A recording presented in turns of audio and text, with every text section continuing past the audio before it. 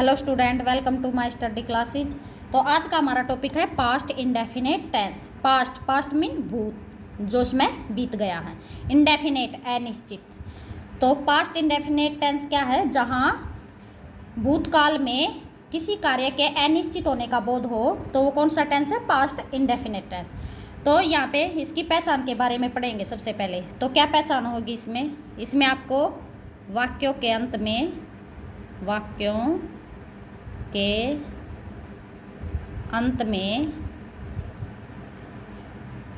ता था, ते थे,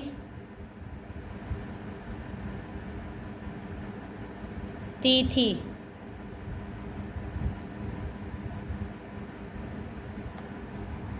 आ,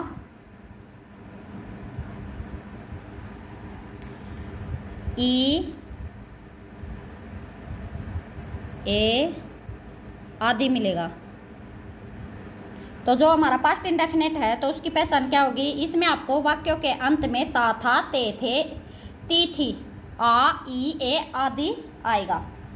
तो ये तो हो गया पास्ट इंडेफिनिट टेंस की पहचान। अब जो पास्ट इंडेफिनिट टेंस है उसके हम सेंटेंसेस के स्ट्रक्चर और एग्जाम्पल के बारे में पढ़ेंगे। तो यहाँ पे हमारा अफर्मेटिव सेंटेंस। तो सबसे पहले हम अफर्मेटिव सेंटेंस के स्ट्रक्चर के बारे में पढ़ेंगे। तो क्या स्ट्रक्चर होगा इसका? अफर्मेटिव सेंटेंस साधारण वाक्य है तो इसका स्ट्रक्चर क्या होगा? सबसे पहले क्या आएगा? Subject plus. तो इसमें जो हमारा साधारण वाक्य है, अफर्मेटिव सेंटेंस है, साधारण वाक्य है, इसमें हेल्पिंग वर्ब का यूज नहीं होगा।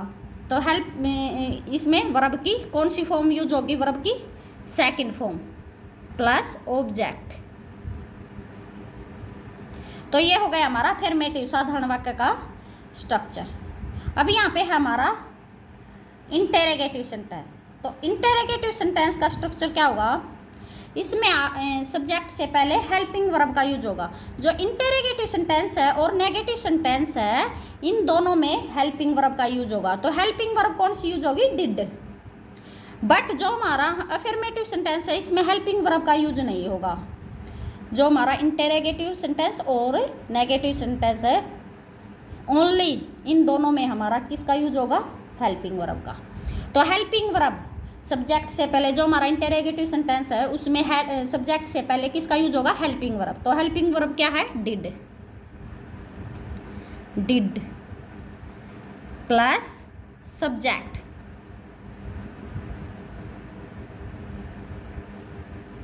प्लस वर्ब की फर्स्ट फॉर्म। अब हमें देखना कि इसमें वर्ब की कौन सी फॉर्म का यूज हुआ है? फर्स्ट का। जो हमारा अफर्मेटिव सेंटेंस था वहाँ पे हमारा वर्ब की सेकंड फॉर्म का यूज है। बट जो हमारा इंटेरोगेटिव सेंटेंस है और नेगेटिव सेंटेंस है उसमें इन दोनों में हमारा वर्ब की फर्स्ट फॉर्म का यूज होगा प्लस ऑब्जेक्ट। ये हो गया हमारा इंटेरोगेटिव सेंटेंस का structure. Did plus subject plus verb की फर्स्ट फॉर्म प्लस ऑब्जेक्ट। अब यहाँ पे हमारा नेगेटिव सेंटेंस। तो यहाँ पे हम नेगेटिव सेंटेंस के स्ट्रक्चर के बारे में जानेंगे। तो क्या स्ट्रक्चर होगा इसका? इसमें आएगा सबसे पहले सब्जेक्ट प्लस, तो इसमें हेल्पिंग वर्ब के साथ नोट का यूज होगा। तो हेल्पिंग वर्ब क्या है? डिड। तो डिड के साथ नोट लग जाएगा। डिड नोट प्लस वर्ब की फर्स्ट फॉर्म प्लस ऑब्जेक्ट। तो ये हो गया हमारा जो नेगेटिव सेंटेंस है उसका structure. Subject plus did note, तो हेल्पिंग वर्ब के साथ नोट का use, did note plus verb की फर्स्ट फॉर्म प्लस ऑब्जेक्ट। तो ये हो गए हमारे जो पास्ट इंडेफिनिट टेंस है उसके सेंटेंसेस के स्ट्रक्चर। अब हम यहाँ पे एग्जाम्पल के बारे में पढ़ेंगे। तो यहाँ पे हमारा अफर्मेटिव सेंटेंस है तो सबसे पहले इसका एग्जाम्पल ले लेते हैं।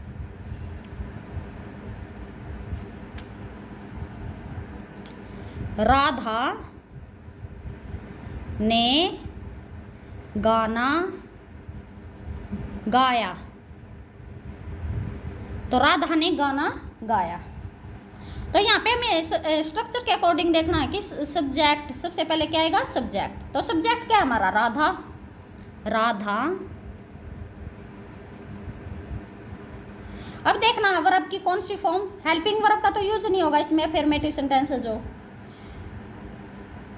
तो यहाँ पे वर्ब की सेकंड फॉर्म, तो वर्ब क्या है हमारी, गाया, गाना, सिंग, तो सिंग, सिंग की सेकंड फॉर्म संग, राधा संग। अब हमें देखना ऑब्जेक्ट क्या हमारा, गाना, राधा संग सॉन्ग। तो ये तो हो गया हमारा जो अफर्मेटिव सेंटेंस है उसका एग्जाम्पल, राधा संग सॉन्ग। अब यहाँ पे हमारा इंटेरोगेटिव सेंटेंस है, तो इंटेरोगेटिव सेंटेंस है, अभी यहाँ पे हम इसका एग्जाम्पल ले लेते हैं।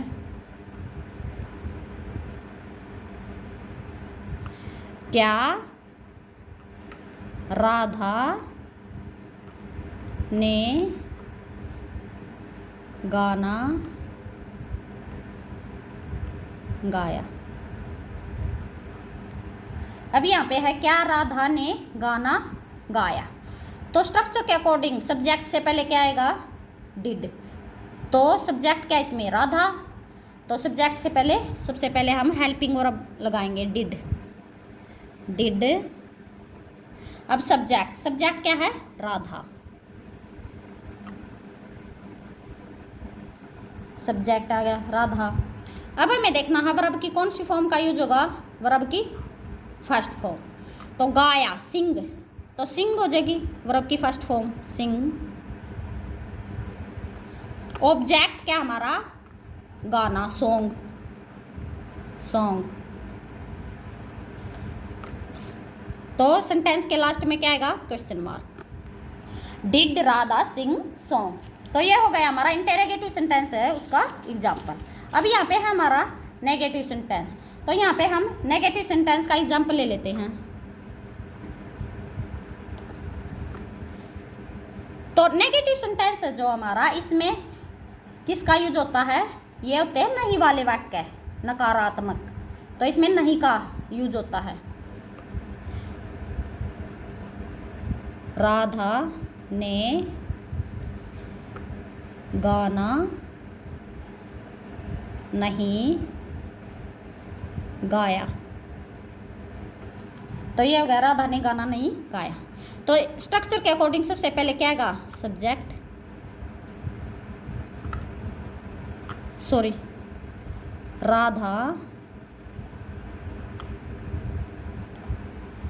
अब देखना है डिड नोट, तो सब्जेक्ट के बाद किसका यूज होगा, डिड नोट का, तो राधा के बाद did note, Radha did note. उसके बाद वर्ब की फर्स्ट फॉर्म, तो गाया, सिंग, गाना, तो सिंग गाया, तो वर्ब की फर्स्ट फॉर्म सिंग।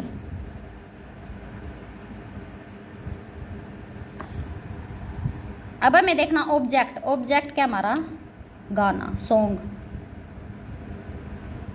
तो ये हो गया हमारा नेगेटिव सेंटेंस का एग्जाम्पल। अब यहाँ पे एक और एग्जाम्पल ले लेते हैं हम, वे पिकनिक गए।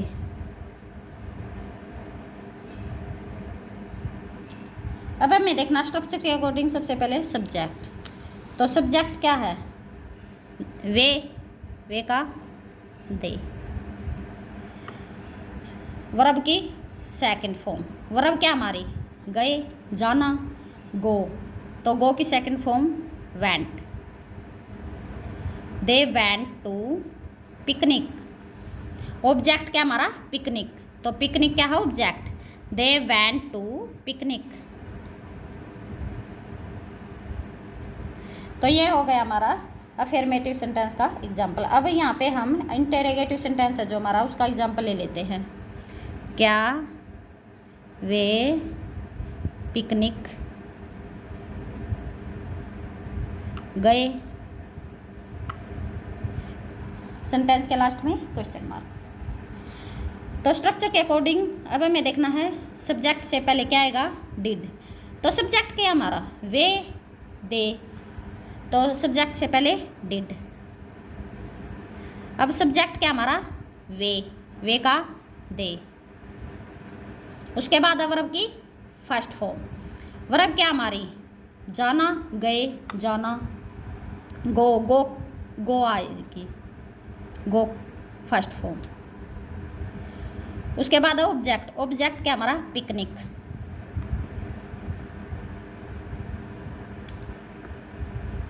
सेंटेंस के लास्ट में क्वेश्चन मार्क। तो ये हो गया हमारा इंटरोगेटिव सेंटेंस का एग्जाम्पल। क्या वे पिकनिक गए, डिड दे गो पिकनिक। अभी यहाँ पे हमारा नेगेटिव सेंटेंस, यहाँ पे नेगेटिव सेंटेंस का एग्जाम्पल ले लेते हैं। वे पिकनिक नहीं गए, वे पिकनिक नहीं गए। तो स्ट्रक्चर के अकॉर्डिंग सबसे पहले सब्जेक्ट। सब्जेक्ट क्या हमारा, वे, दे। उसके बाद है did not, they did not. उसके बाद है वर्ब की फर्स्ट फॉर्म। वर्ब क्या है, जाना, गए, जाना, गो, तो go first form. Object picnic, तो they did not go to picnic, picnic. तो ये हो गया हमारा नेगेटिव सेंटेंस है जो उसका एग्जाम्पल। अभी यहाँ पे हमें देखना है कि जो हमारा डिड है तो उसका यूज हमने कहाँ पे किया है। अगर यदि हमारा सब्जेक्ट सिंगुलर है तो वहाँ पे भी डिड का यूज होगा, और यदि हमारा सब्जेक्ट प्लूरल है तो वहाँ पे भी डिड का यूज होगा। तो सब्जेक्ट सिंगुलर और प्लूरल के दोनों के साथ किसका यूज होगा, डिड का। थैंक्स।